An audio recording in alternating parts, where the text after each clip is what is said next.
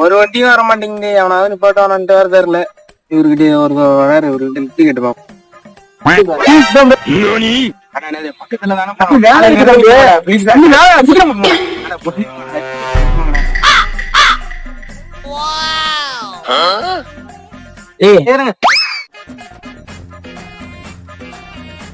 A few minutes later.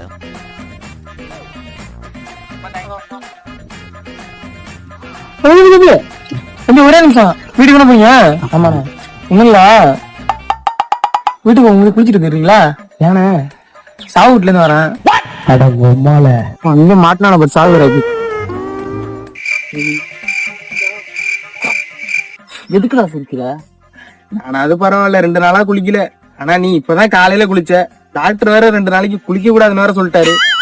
அதான் நினைச்சேன். எங்க அம்மா போன் அடிக்கிறாங்க.